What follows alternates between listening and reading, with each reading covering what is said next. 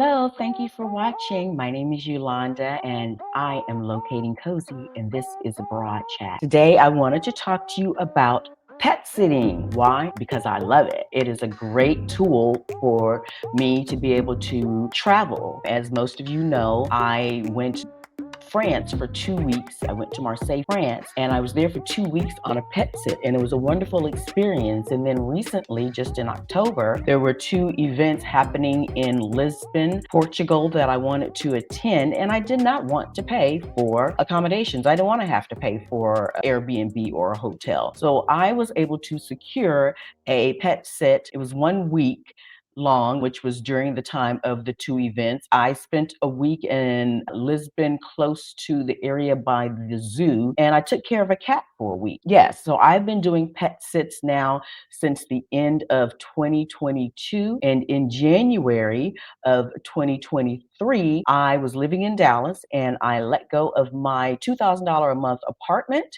and decided to do pet sitting full time for a year and a half before I decided to move to Spain. And I did not pay any rent for a year and a half. I had my budgeted, I had around $500 a month for incidentals in case I did not have a pet sit at any particular time. I don't think I had to dip into that quote budget. I think I was maybe 5 months in before I had to actually dip into the budget. But this video, this conversation that we're having today is actually geared towards pet owners, homeowners who are considering having someone come and stay at their house while they travel. Maybe you are going away for the holidays. Thanksgiving is coming up, Christmas is coming up, the New Year's coming up, New Year's Eve, or maybe there's some other international holidays that I don't know about that maybe you just want to get away and you want to go visit friends or family or go do your own little vacation someplace. Whatever it is, maybe you're bopping. But there are things to consider if you are a homeowner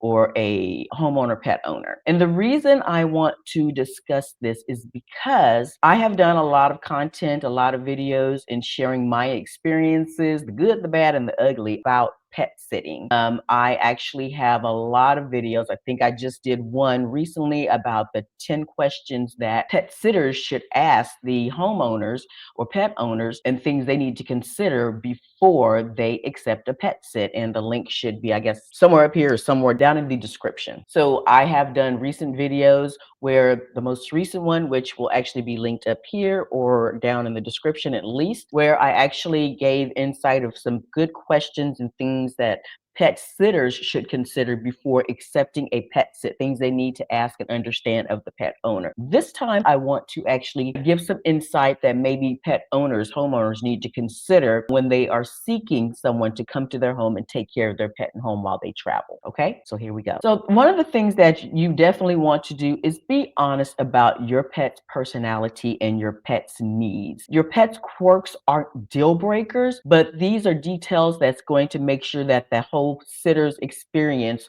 will succeed and that your pet's going to be happy and have a wonderful experience. If your dog barks a lot or your cat hides for days, or you have a parrot that, wakes up the neighbors at 6 a.m., it is important that you share that information and be upfront with the sitter about whatever the quirks are with your pet. If your pet just has some kind of habits, or if they have leash aggression or whatever it is, it's important that you are very transparent to ensure that your pet sitter or whoever you decide on is a right match, and to avoid stress that you can experience. You want to avoid the stress of not being transparent. You want to avoid the stress for everyone, especially your pet. Prepare the welcome guide, have clear daily routine outlined. Very important. Create a simple written schedule for feeding, for walks, for playtime, medication, anything like that. Consistency helps your pet feel secure while you're away. And especially for animals that are like sensitive to change, if they have like any anxieties because, they don't know if you leave for 5 minutes, they might freak out. It's good to let your sitter know of all the daily routines that they will do their best, or that they should do their best to adhere to. Sitters thrive when they can follow the same rhythm. Your pet knows and loves that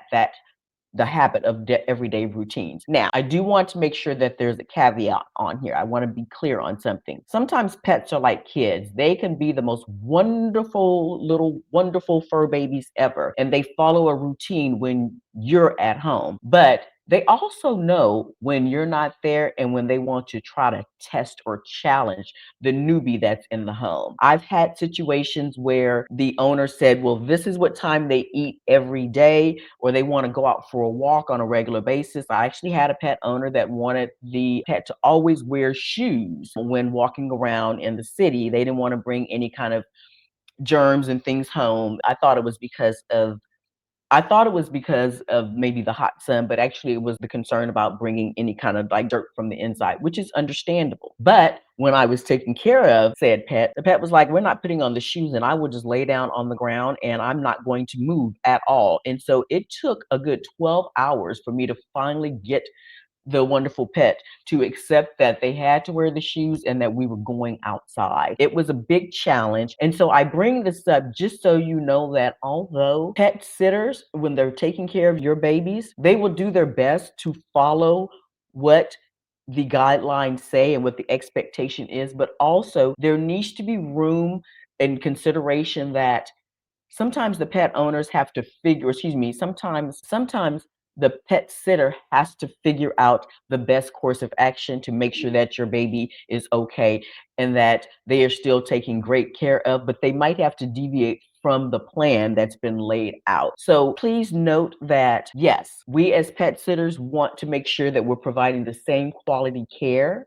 that your pet has when they're at home with you. But if they need to deviate from that plan or make some different adjustments to make sure that your pet is getting the best care possible and still like eating, maybe they don't want to eat. Maybe they just have to switch to the dry food at 9 o'clock in the morning instead of the wet food that you say that they usually eat. So these are things that you should consider and know that sometimes when pet owners are away, the pups, the cats, they will challenge the person that's taking care of them right now. And we just have to work through it the best way we can. Okay. Make sure that you leave emergency contact and vet information. Provide the sitter with your vets or your veterinarian's name and address and phone number, along with backup emergency contact, family member, neighbor, and also include the nearest 24-hour vet clinic and clarify how you'd like to be notified of any emergencies, how that will be handled. Does your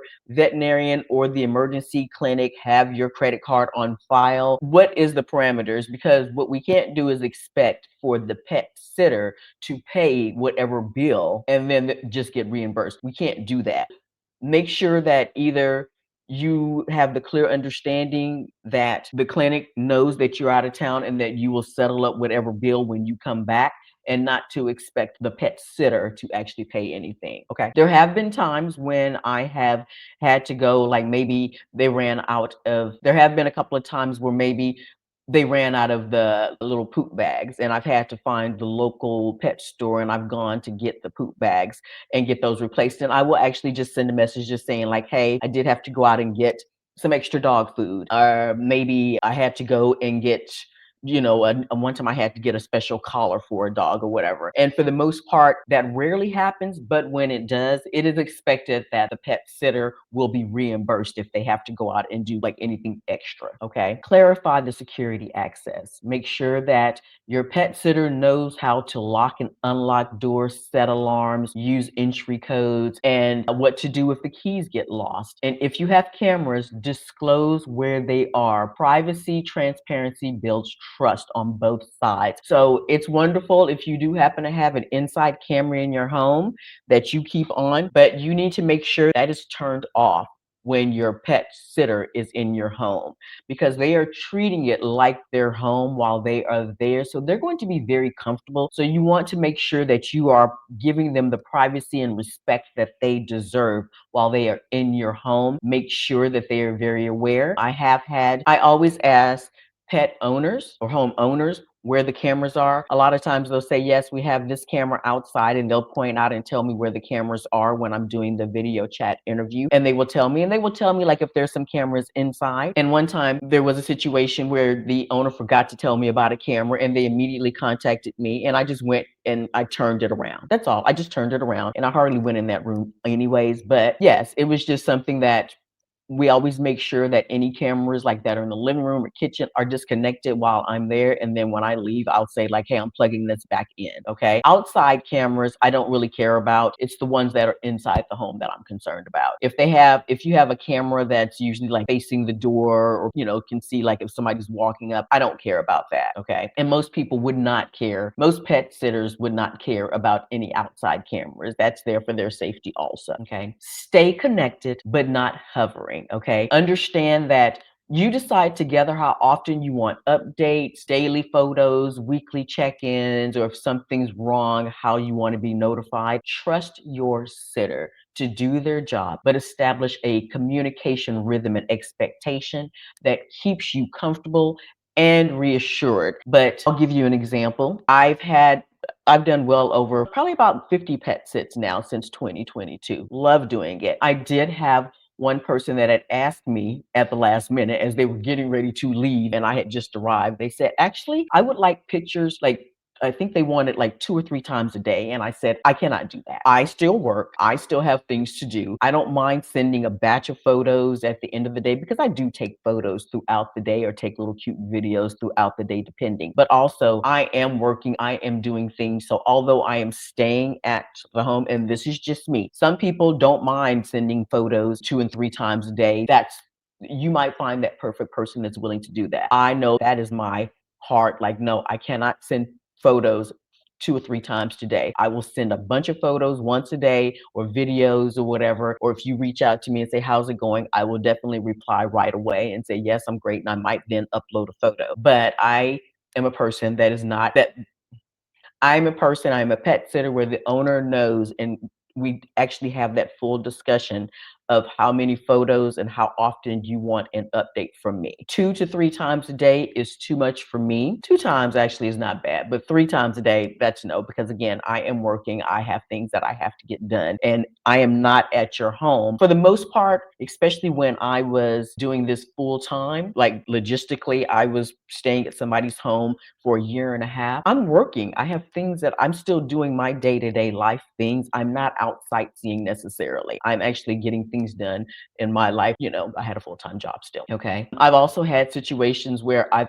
did a pet sit for 3 weeks, and the couple was going, I believe, to the Philippines for 3 weeks. And I said, how often do you want pictures? And they said, we're on vacation. You can send us pictures once a week. I was like, oh, I still sent them pictures every day. But they were like, we don't need photos every day. I think I sent them a picture like every other day at that point, and that was fine. So make sure that you have that good understanding without the need to say, I need for you to check in with me 3 times a day because I need pictures of my dear sweet baby all the time. Some people can do that. Just make sure that you have an agreement and understanding beforehand, because again, you want to find the sitter that's right for you. Make sure that your home is ready for a guest. Before leaving, ensure that your home is clean, secure, stocked with the basic toilet paper, cleaning supplies, Wi-Fi information. That should all be included in the welcome guide that you should have completed for any pet sitter that's going to be staying in your home. But yes, just make sure that you have the basics. Now, again, like if it's going to be 3 weeks, for the most part, I'm going to go to the grocery store and stock up on what I'm going to need as far as somebody staying for a while. But if I'm only doing a pet sit for like a week, I would like to think that you will have the basic necessities in your home. A welcoming space sets the right tone for the respectful care in return. So think of it as preparing for a house guest who happens to be your pet's new best friend, okay? Discuss expectations beyond pet care. Be clear about any additional responsibility: watering plants, collecting mail, taking out trash, or accepting deliveries. Avoid last minute surprises by specifying what is and isn't part of the agreement. Give you an example. I did a pet sit a few years ago. This was like back in March of 2023. And right before the owner left, she said, "Oh, and can you make sure that you clean the patio of all the pollen every few days?" Okay, it was a leaf blower. You don't want to see me with a leaf blower. That is a big no, because I'll blow stuff all over the place. And again, that should not be included, especially last minute. That was the expectation. That is something that during the video chat interview where we're discussing expectations, that should have been asked of me beforehand. I don't do lawn maintenance. I don't do there's just certain things that I'm just not going to do, because my job is to take care of the home, to make sure that your pets are safe, that your home is secure. But if you're looking for me to go in and manage properties, and make sure that you're, checking, yeah, here's a good one. So yes, I'm not one that's going to be like going through and cleaning off the pollen in Texas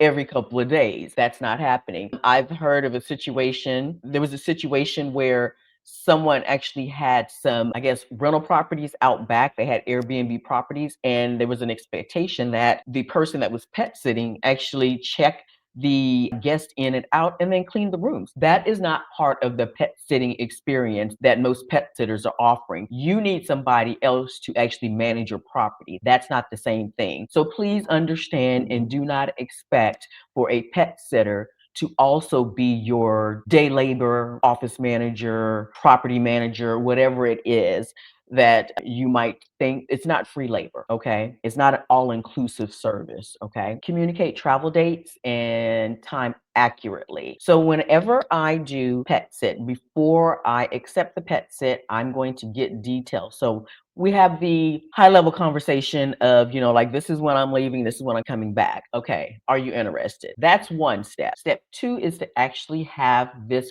full detailed conversation during a screening interview. So video chat interview that should be scheduled between the possible pet sitter and the homeowner. During that time, I'm going to ask exactly when does your flight leave?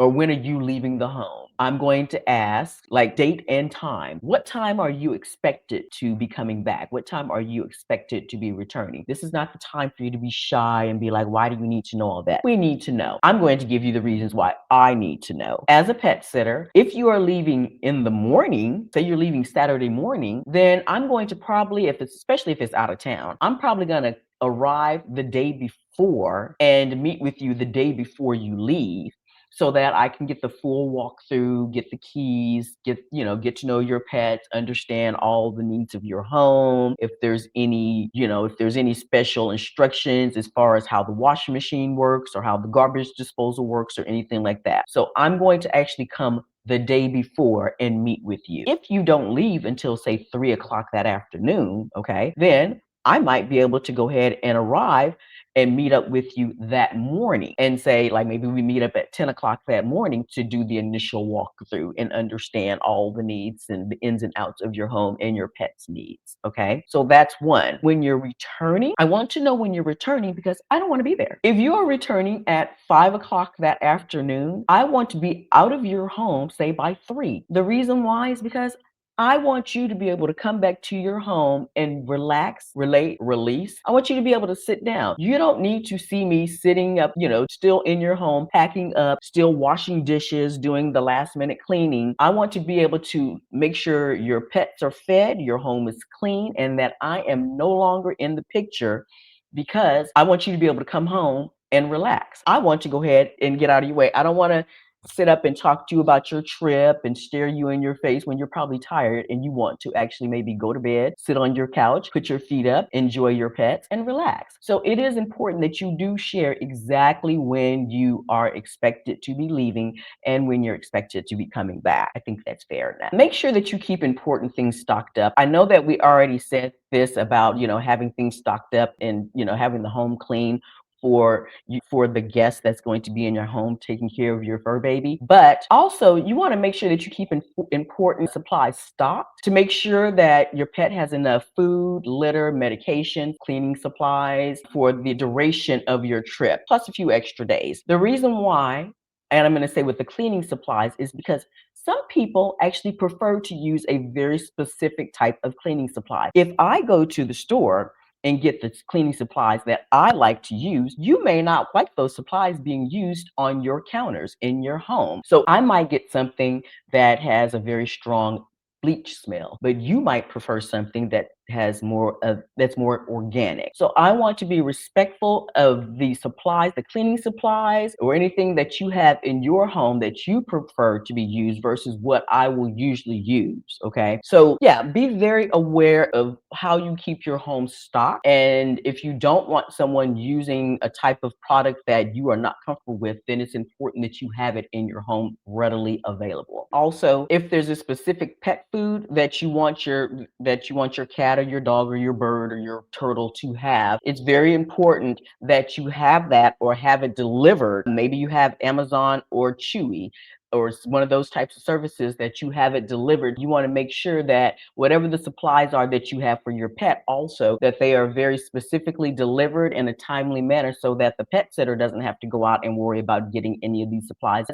If it's something that is specifically on brand or within the diet expectations of your pets, then the pet sitter may just get something that's the cheapest and just the most convenient. So that is something to consider. So the other thing I wanted to go ahead and bring up that are actually probably outside the scope of the list that I have prepared, but I'm going to go ahead and throw those in that I feel are very important. If you do not want your pet sitter to touch any of your groceries, make sure you tell them that. Conversations that should be had during the interview phase is something about use of your groceries, pantry items, and things like that. For the most part, I've always had pet owners that said, whatever's in the fridge or whatever's in the pantry, you can use it for, cooking or whatever you want, enjoy. I've only had maybe two situations where I was asked not to eat the groceries that were in the house. And that's fine because for the most part, usually if I'm staying like maybe for, I don't know, just a few days, I'm not going to be eating in. I'm usually going to be eating out. If I'm staying for a couple of weeks, I like for the owner to let me know ahead of time so that I can say like, oh, well, yeah, I can easily go get some groceries and just stock up the fridge, and that's not a problem. I've also had a situation where one of the cats that I was taking care of was actually allergic to seafood and could not have it in the house. The owner said, please don't have any fish in the house at all. So I abided by that request because one, she did bring this up during the interview phase. So it wasn't anything that was some big surprise and it wasn't going to hurt me at all. I didn't have to have fish at all that week. It's fine. I've had some owners that have told me about how they said, go and you can do your laundry. We have detergent in here, no problem. I had one owner that said there was a previous pet sitter that decided just to go grocery shopping in their home and like left with a bunch of their laundry pods. I would never do that. But make sure that you set the expectation as to what the pet sitter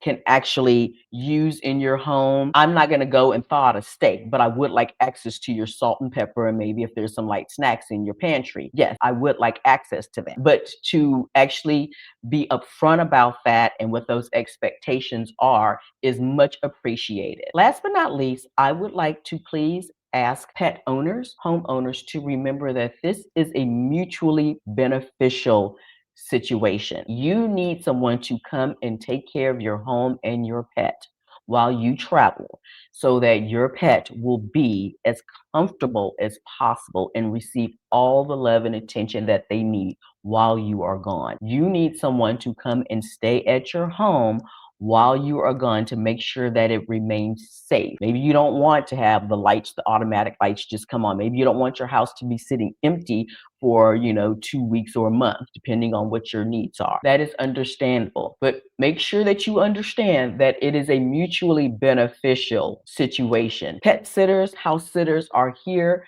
because they have found a way. They understand that they are receiving free accommodations in your home while you are away. That is a benefit to the pet sitter. The benefit to you, the pet owner, is that you have someone taking care of your home and your pets while you are away. I say this because there have been times when maybe the homeowner felt like the pet sitter should be extremely grateful that they have a place to stay and that you should be showing that by being agreeable to whatever the demands are that the pet owner has. That is not the situation here. If someone decided that they were coming down to, I'm just going to say, They could be coming to Houston. They could be coming to a small town in North Carolina. They could be coming to a pet sit in Hawaii or somewhere in Spain that is off the grid. Wherever they are going to meet to come to your house, they have the ability to do this. Pet sitters, house sitters,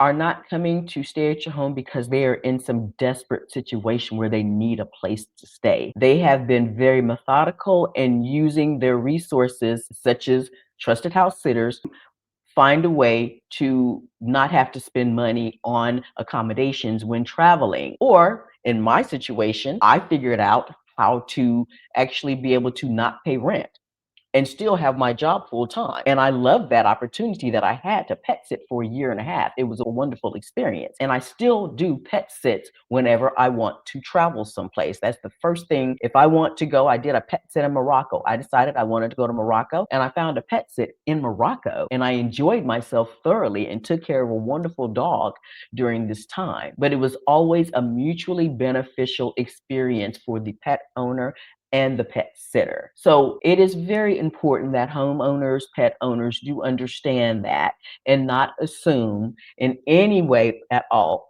that their status in life is above the pet or house sitter. It is equal footing. And so that is very important that when seeking out a pet sitter or house sitter to come and take care of your home and your pets, that you understand that. I hope that you have learned a lot from this discussion. And if you have any other questions, please do put your comments and questions down in the comments below. I appreciate it. And please do make sure that you do like and subscribe and hit that notification bell so you will know whenever I have something more insightful and wonderful to share with you guys. And I hope if you need a pet sitter, or if you are a person that is interested in becoming a pet sitter, please do check out Trusted House Sitters. I've been using this platform now for, well, since 2022. And here is a coupon code that you can use that gets you 20% off the first year. I think it's 25%. I'm not sure. So use that and join Trusted House Sitters so you can see where your next vacation might be. Now take care.